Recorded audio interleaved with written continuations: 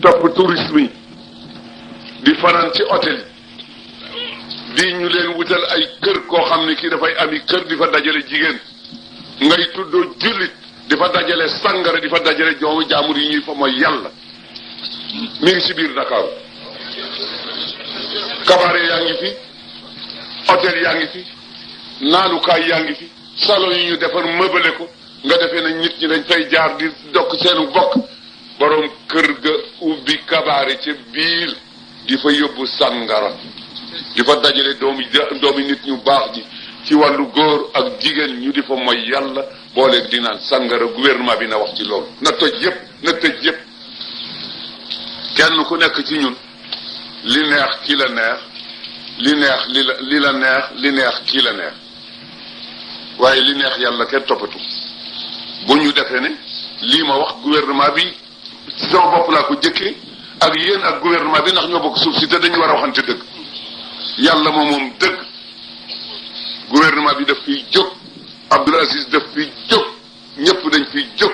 li Cheikh El Hadj Omarul Fouti radiyallahu taala anhu wax moom rek a am li kulli qatilin naihatun yanuxnahu wa laysa ala diini almuhaymini naihu la in kaana ma bilkaffi diinun fa kaasidun wa in ziida raa'un ba'da maddin fa rabixu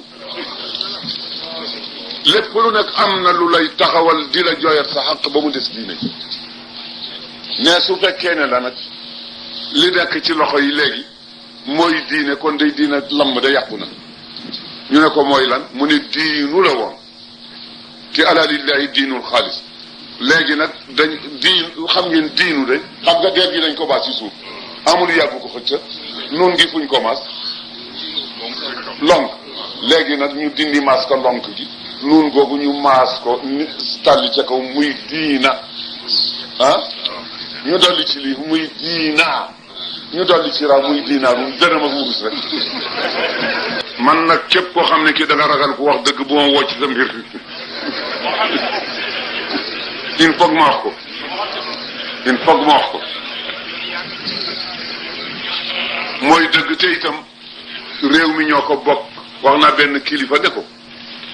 dañuy wax ne sëriñ si dañu leen kontar wala diw ñoom dañu leen kontar